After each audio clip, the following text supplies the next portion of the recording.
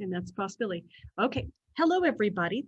I'm Kelly Thomas Coyle with the NMAG board, and I'd like to introduce you to our next session, Be That Guiding Light for Underserved Gifted, presented by Billie Mathews. Dr. Mathews has been a teacher and educational leader in kindergarten through high school levels and community college and university levels. Dr. Mathews has earned a PhD from New Mexico State University. And as we're starting, I would like to remind people, if you will go into the view option on your board, you can go ahead and have it be a side-by-side. And that's possibly the easiest way to do this. But at the very least, since she is sharing something, you're going to want to see that, that PowerPoint presentation. So I'm going to turn this over to Dr. Mathews, and it's all you, Billie. Thank you for that introduction, Kelly. And greetings, everyone. I just wanted to give a great big round of applause, air of applause for all the presenters so far today. I think we've had an amazing time. Also, a great big thanks to all of the organizers that put this wonderful event together. So in the chat box or even virtually, let's give them a great big round of applause. I feel so fortunate to be able to be a part of this group. What an amazing experience to be surrounded by such great people. When I wrote the proposal for Be That Guiding Light for Underserved Gifted, I had a ginormous amount of information. And as I did this, I realized I have several presentations that can be born out of this experience.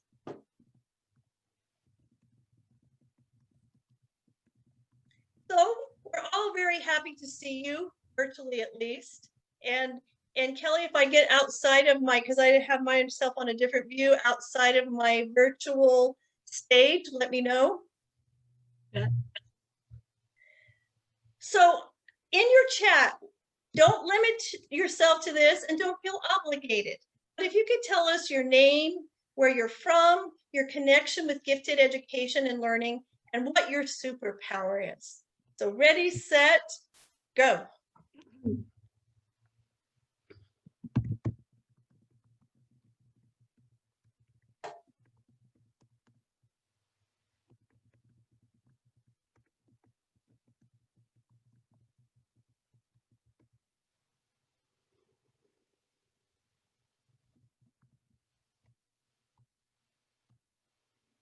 And if you could let us know, Kelly, when we have most of the people who have responded.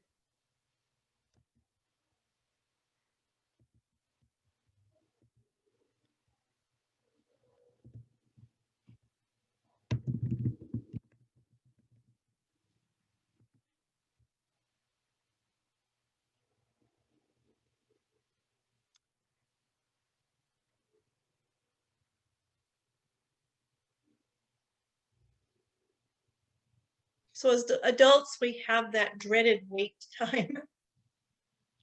As you are starting or completing your post in the chat,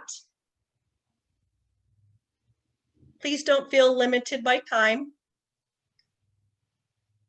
but continue to post in the chat. All right, I posted this picture of me because this was one of my last conference presentations about a year ago, pre-COVID. So you notice here, I have pre-COVID hair in this picture. And I really cherish those moments when we'll be able to return to those face-to-face presentations.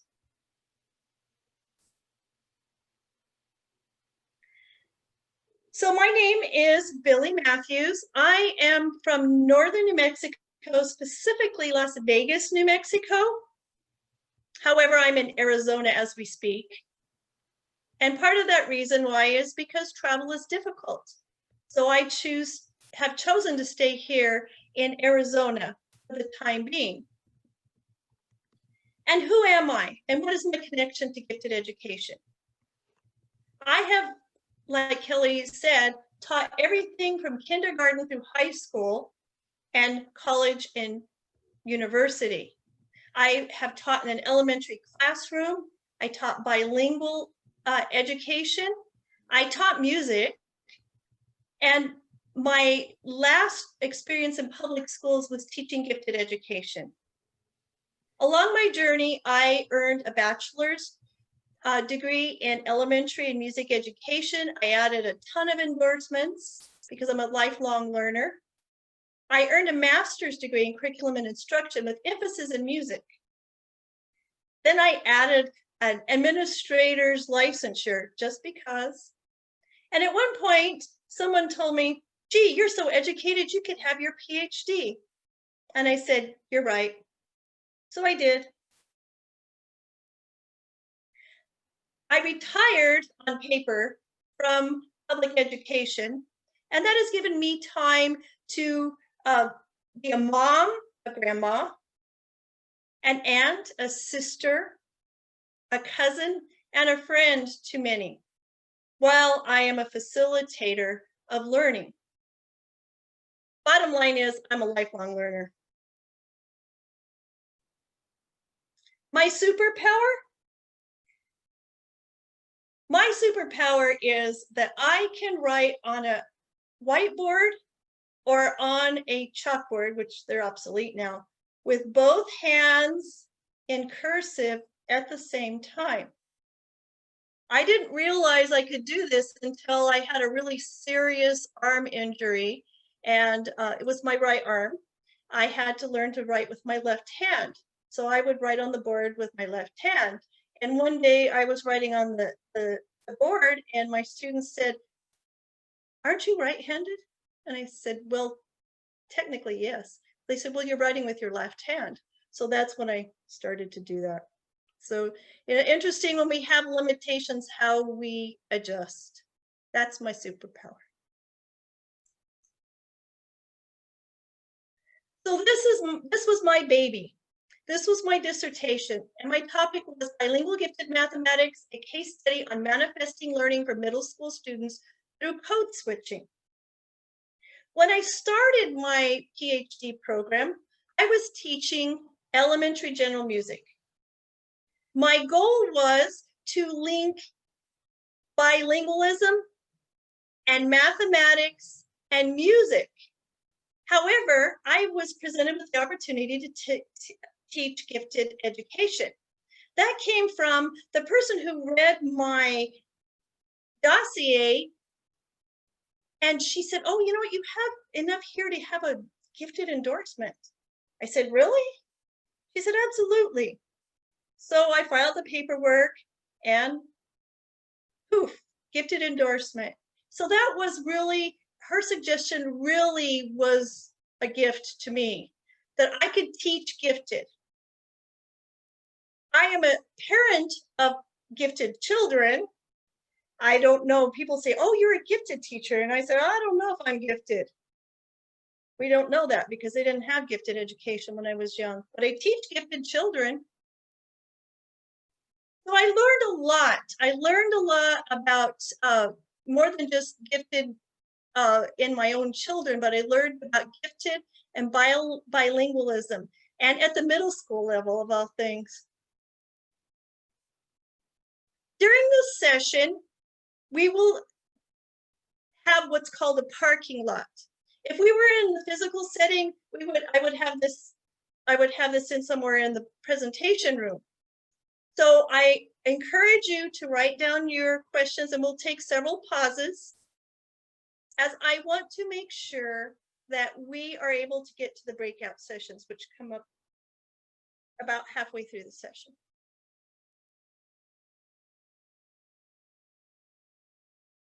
Be that guiding light for underserved gifted.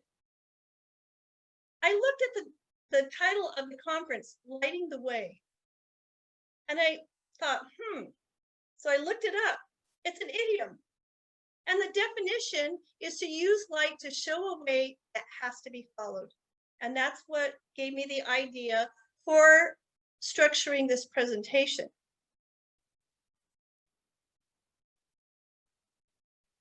I had so much information and I thought, how am I ever going to pack this into a 1-hour presentation? I said, the place we really need to start is with referrals.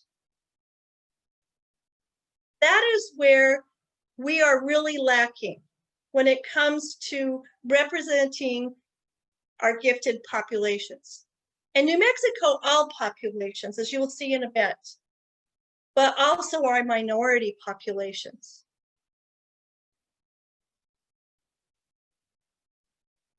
So we have the searchlights looking for our gifted children. And we have them looking.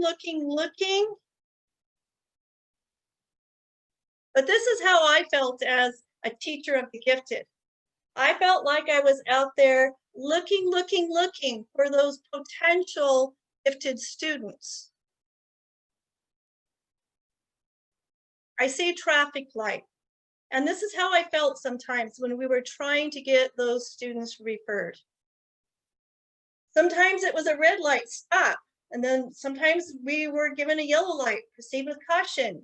And then we were given the go. And then sometimes we went back to the yellow light and the stop. But we did realize that the process would continue to go through the traffic light, that we would get a green light again at some point. Our goal is we really want these gifted learners in the spotlight. We want to highlight their talents and the way they learn. But the reality is that we really have the street light on to help them light their way.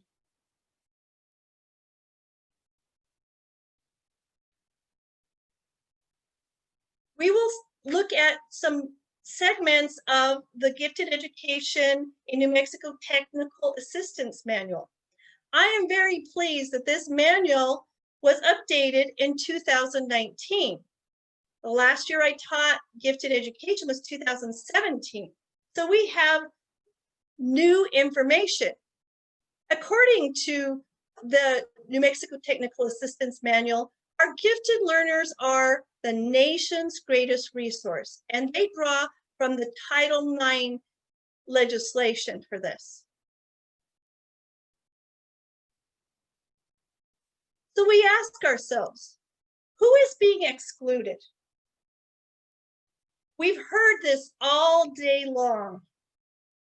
And my perspective may look a little different than the other presenters, and it may mirror their perspective. Earlier today, I heard that females are being excluded. Heard that English learners are being excluded. African American and Hispanic students are excluded, and particularly when they have a white teacher. In addition, the socioeconomically disadvantaged are excluded.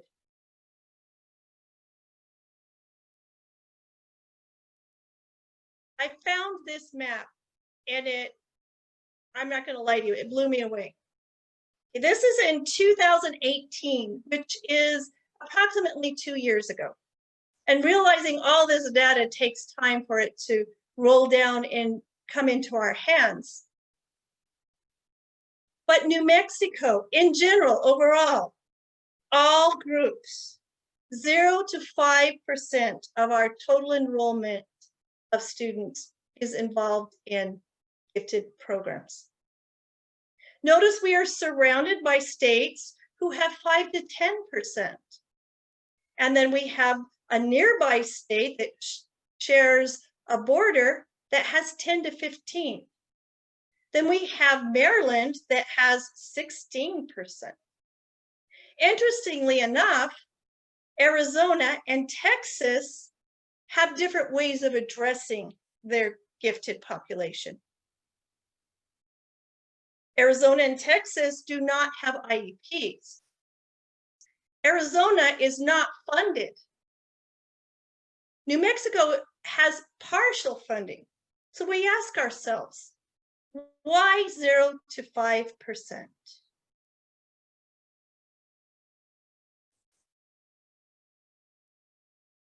All right, I took this from the OCR website, and I was actually in an Excel sheet, so that I made it into a graph. And so the big blue part that we see there is actually whites, which we're not so surprised by.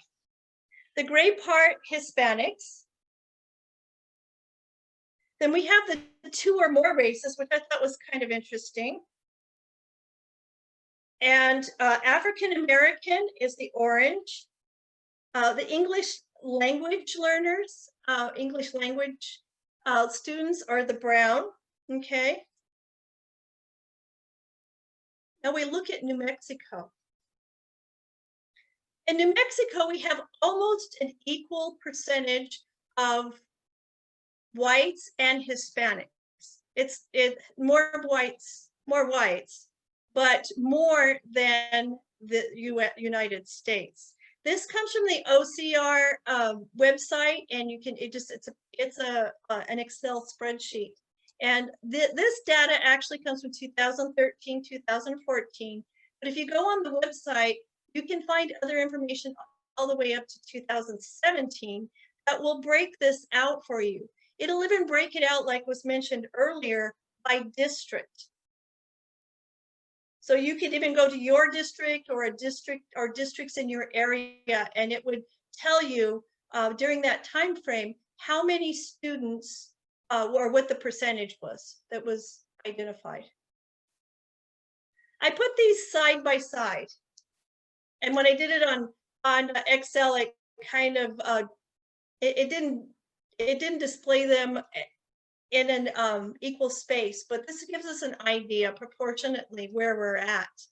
The one thing I did notice is that New Mexico has more American Indian students identified than the US in general. However, fewer African Americans. We ask ourselves, is that based on population? Is the population more concentrated? That would be an area for more intense study. So I return to that idea, referrals. It's all about the referrals. Before I go on to present more information, I will go back to Kelly to see, do we have any questions in the chat?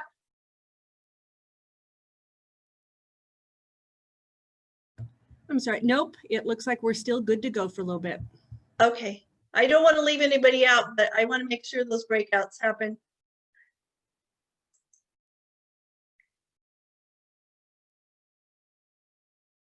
That educators are sometimes not our best advocates.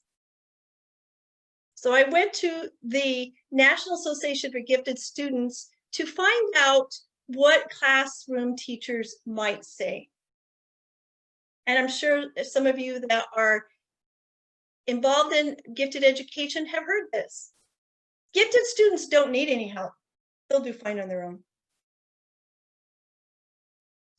And I've had this happen. I tell it to all my students. So gifted kids will be fine. Gifted students make everyone in the class smarter. Gifted students are not meant to be tutors. Also have heard, all children are gifted. I do believe all children have a gift. However, our gifted students are gifted learners, that they learn in a different way than other students. I've heard this often too, gifted education programs are elitist. Well, if our populations are proportional, then it isn't elitist. That student can't be gifted. He or she is receiving poor grades. Interestingly enough, I had a student that was referred by parent referral, And the teacher was so reluctant to fill out the paperwork. She said, "He won't make it. Look at his desk. He never turns anything in." After his assessment, he qualified in all areas except one. She was quite surprised. I was not. I also reflect on my first 5 years of teaching. I moved to a new school, and a student had paperwork to finish on him for a referral, but it was for specific learning disability. I looked at it and I thought to myself, wow, I think they made a mistake here. So when it came to SAT, I said, I think we need to look at something different on this student because I don't see it this way at all. And when he was tested, he was actually identified as twice exceptional. He is now in his 20s, and he is an executive chef at a Hollywood restaurant, doing very, very well.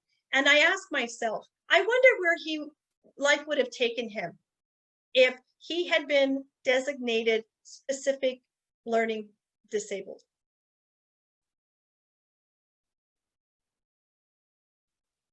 So high functioning on the left is probably what we're hearing from some of those classroom teachers. And the high functioning list is what they see as potentially gifted. But when we look at the right-hand side of the list, it doesn't correlate with what they're thinking. For instance, a gifted student would ask unexpected questions. Well, the high-functioning student just remembers all the answers. Gifted students are curious. They want to know. Many of them are selectively engaged. Some of them perform above the group. The thing I've noticed is that many of them choose to spend time with older peers or adults. That was my son. And when you go down to the bottom, sometimes sidesteps rules to do other things. My oldest son chose to charge lunch in kindergarten because he saw a student who was selling a really nice watch that he had taken off of his father's dresser. My son didn't think there was anything wrong with it. He thought he had made a really good deal. I'll charge my lunch for a day. I got a watch for $1. And the teacher came unglued. What she didn't understand is that he didn't mean to do anything wrong or anything bad, that he sidestepped the rules.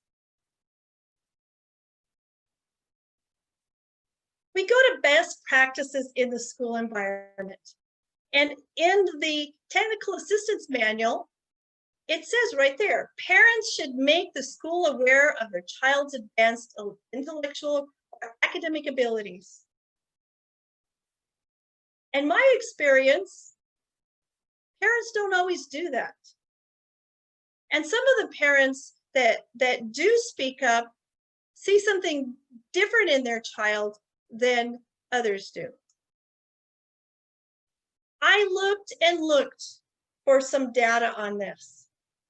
And at some point, when I thought I had exhausted all of my resources, I went to my own personal experience. So why or when don't parents ask for the referral? Minority parents often do not speak up. In one of the schools that I taught in, we had 95% of our student population who had Spanish as their first language. So those students were English learners at one time. In addition, many of their students, their parents were not documented. Those are the parents who are not going to speak up. Those are the parents who have fears about communicating. The other example I found was that single and low-income parents are out working. Some of them working 2 jobs, and they're not able to come to school. I remember when my second son was in the phase of being referred, I was a single mom and a teacher working 2 jobs. And it was hard. It was hard to attend to all those issues that my second son could be a gifted learner.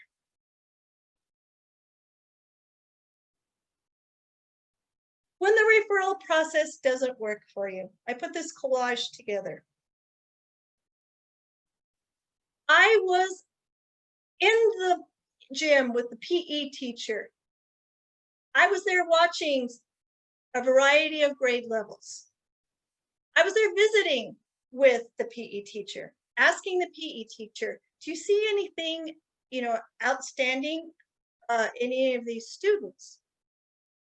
I was on the playground on the day it wasn't my duty day, or with a group that wasn't my duty time, looking at those students, seeing how they played, seeing what they did. Were they building things on the playground? What were they doing? I was in the library with the librarian, asking the librarian what books certain students were checking out, especially the ones that were checking out advanced books, asking for her reflection. Of course, I was always in the music room because I had taught music, and so the music teacher and I were best friends. And I asked him, how many of these students do you think are creating out of the box in the music room? And finally, the cafeteria. Teachers have duty-free lunch. I spent time in the cafeteria. I watched the students and how they communicated with each other, who they sat with, what they did with their food.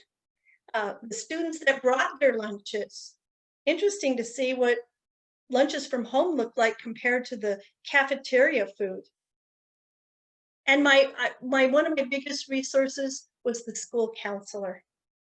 I think my highest percentage of referrals came from the school counselor, from the times that she did her whole class presentations.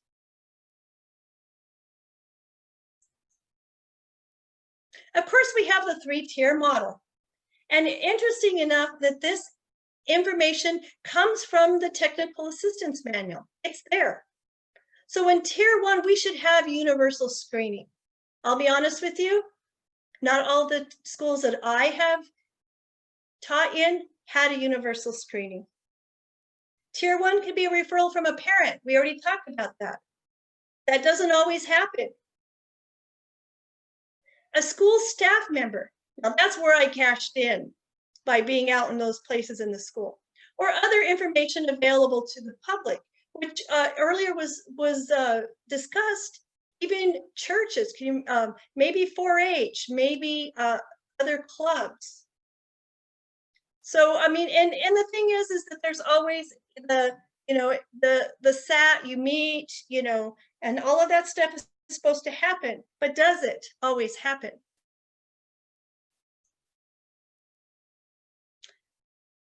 Once again, from the technical assistance manual, there are state rules for gifted education services.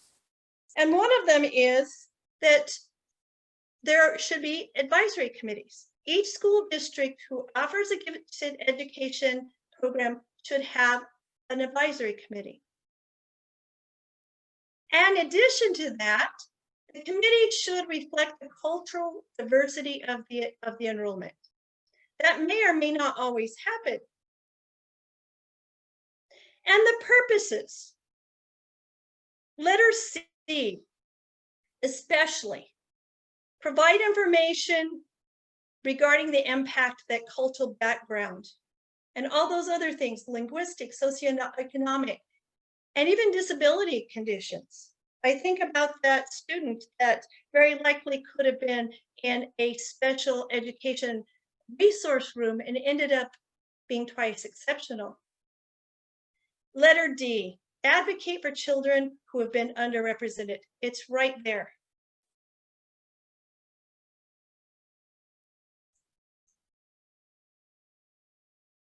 Once again, we have this list of things that need to happen. The advisory committee is right in there in that list of things to do. 1 through 4 are the areas that you look at. The districts, each district will address how those students are assessed after they're referred. And I have to say, honestly, I really endorse, I really like now it's New Mexico, the TAPAS way to evaluate these students, because it takes into account those factors, doesn't leave any students out. We should have child find. I have to say, honestly, I've worked in districts that I did not see a child find in place. It should be a locally determined procedure. So that means it should be specific and it should address the needs of the population.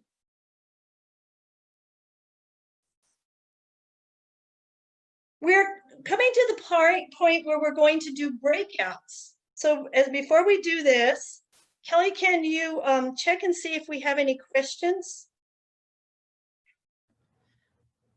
Yeah, not at this time. Okay. All right. So at this, we'll go to the upcoming slides and then we'll talk about the breakouts. And I know, how many total people do we have in the session? We have 21 people. So Perfect. 3 breakout rooms will work well. Awesome. So when you never know, especially when you're the final presenter of the day, how your sessions are going to turn out. I'm very happy to see that the sessions have been pretty consistent all day long. Our guidelines for breakout. Our overall session will be 10 minutes with a 1-minute warning. Our groups are identified as group 1, group 2, and group 3. Each group has a separate prompt, which will be given to you. It's a Google link, and you don't have to have a password for it. That way you can pull it up and look at it within your group. Choose a spokesperson to share out in your group. No rhyme or reason of how you do it, but please choose a spokesperson. And we will return to the large group to share. And then we'll take about 3 minutes per group to share out your observations. We have 3 case scenarios: likely, unlikely. Some things to take into consideration for these students who may or may not get referred to be assessed as gifted learners. Race, socioeconomic group, language of the student and the family. Are they high achievers? Or are they gifted? And any other contributions that you see that I may not have seen. Remember, all of this information is not tied to an actual person. And the names have been changed to protect the innocent. Our first student is Cindy. So group 1, when your student is Cindy.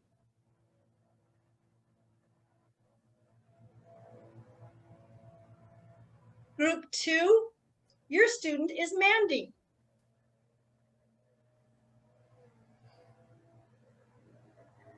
Group 3, your student is Mario.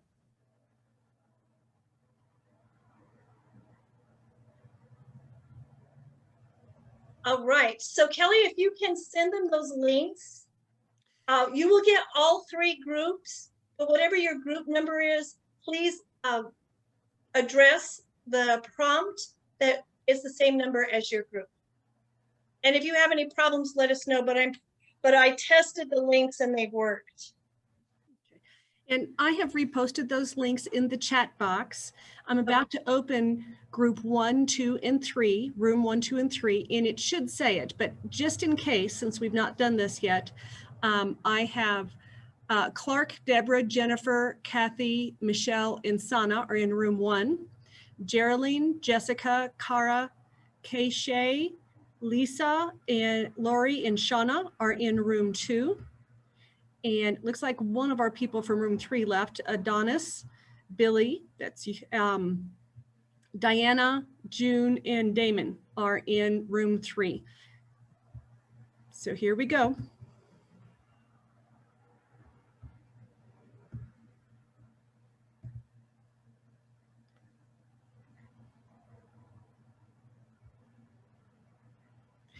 And if you guys need to, just let me know if you need access to the link, whatever, just let me know.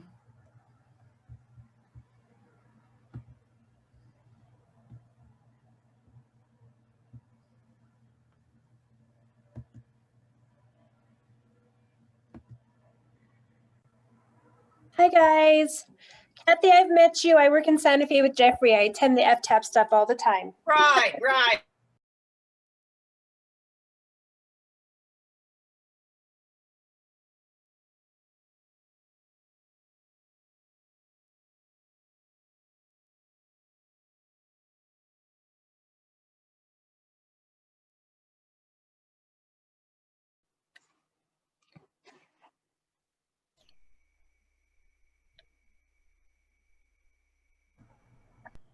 Is everybody doing okay in this room? Do you need anything from me? I think we're doing okay. Mandy is our child, right? Yes. Okay. Did you guys get the link for Mandy, Kishay, and Kara? Didn't get it before I I'll moved. put it in the Perfect. chat again. Thank you. And sorry, it's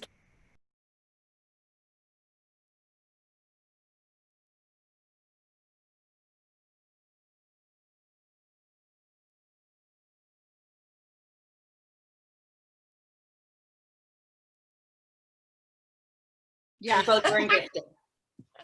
Yeah. oh, that is hilarious. I didn't know that, girls. Yeah, Oh, they're yeah. best friends. Yeah, they're best friends. Yeah. Okay. It's a small world. They're gonna be still Steven Spielberg and George Lucas in 10 years. I'm telling you. They are. If my son finishes school, who knows? Typical gifted kid. Are we all okay? Well, and Sana just has a new gifted identified student. Yeah, I was just in a little training where they were talking about the kids who never sleep, and I said, "Oh yeah, that's my kid." Yeah, I have